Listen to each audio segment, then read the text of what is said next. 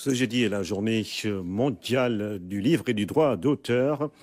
Comment susciter justement l'intérêt autour du livre dans tout le Sénégal avec des activités spécifiques? L'Institut national d'éducation de formation des jeunes justement aveugles de Thiès, INEFJA, a accueilli une forte délégation du ministère de la Culture pour célébrer cette journée. Prétexte également pour un plaidoyer pour la prise en charge des déficients visuels de cette école d'inclusion sociale. Fatoumata Banelba. La bibliothèque doit être accessible car elle favorise la formation et l'intégration sociale pour tout individu. Et pour une meilleure équité, Moussa Abouri Diouf, professeur de lettres modernes, a entamé des travaux de transcription d'ouvrages littéraires en audio pour permettre aux jeunes élèves déficients visuels d'avoir accès à la lecture. La culture n'est jamais si ancrée dans les mœurs, US et coutumes, tradition. Il y a un raccourci qui se trouve être l'ordinateur. En tant que professeur de lettres, maintenant toutes mes documentations, je les fais via l'ordinateur, donc via la synthèse vocale de l'ordinateur. En effet, dans mon ordinateur, il est installé deux applications. L'une, c'est le NVDA, ce qui fait que chaque fois que j'appuie sur une touche, la touche A, la machine me dit A. Quand je termine d'écrire, si j'appuie sur la touche espace, la machine lit le mot. Voilà, ainsi de suite. Quand j'ai fini d'écrire, si je veux lire la ligne, j'appuie sur la flèche du bas, il me lit la ligne. Le choix de l'Institut national d'éducation des jeunes aveugles de Thiès, INEFJA, pour abriter cette journée mondiale du livre et des droits d'auteur n'est pas fortuit. L'institution dispose d'une bonne production en braille.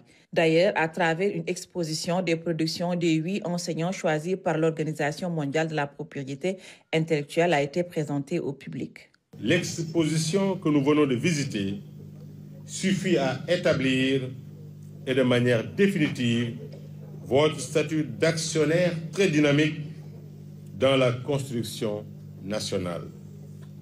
Avec en bandoulière une joie de vivre qui nous impose de revisiter notre rapport aux défis, notre rapport à l'ensemble des difficultés. J'ai eu à lire il y a de cela quelques années un merveilleux livre de Boris Cyrulnik sur les enfants en difficulté qui s'intitule Un merveilleux malheur. Ce qui pouvait être considéré comme un malheur pour vous, vous l'avez transformé en un merveilleux malheur en domptant la vie. Le projet pédagogique de la direction de l'INEFJA repose sur le renforcement de la bibliothèque de l'Institut. En cela, le ministre assure que le plaidoyer est en train d'être fait pour la ratification du traité de Marrakech. Vous assurez, monsieur le directeur, de notre engagement à vos côtés pour porter le plaidoyer auprès de la haute autorité en vue de la ratification du traité de Marrakech. Ça, j'en ferai mon affaire personnelle auprès de mes collègues affaires étrangères et de notre président de la République, qui est très sensible à ce genre de questions. Au niveau des collèges et des lycées, il y a des œuvres intégrales que les enfants doivent lire. Mais pour que nos élèves puissent lire ces œuvres, il faut qu'on ait l'autorisation de transcrire ces œuvres en braille. Nous demandons l'autorisation aux écrivains, aux maisons d'édition, afin de rendre la lecture possible pour toutes les personnes qui en ont besoin.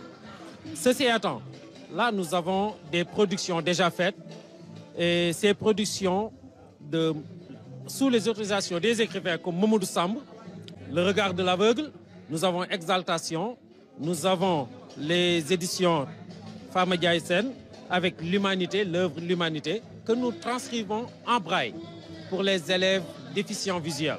Et pour montrer son admiration et son soutien à ces jeunes déficients visuels, le ministre a contribué à hauteur de 10 millions de francs CFA au renforcement des collections documentaires, en plus d'un important lot de matériel didactique. Mamadou Samb, conférencier du jour et auteur du livre Le Regard de l'aveugle, transcrit en audio, a reçu tous les honneurs durant cette cérémonie. Toute l'Assemblée lui a exprimé sa gratitude pour avoir autorisé la transcription et la reproduction de son œuvre sans paiement.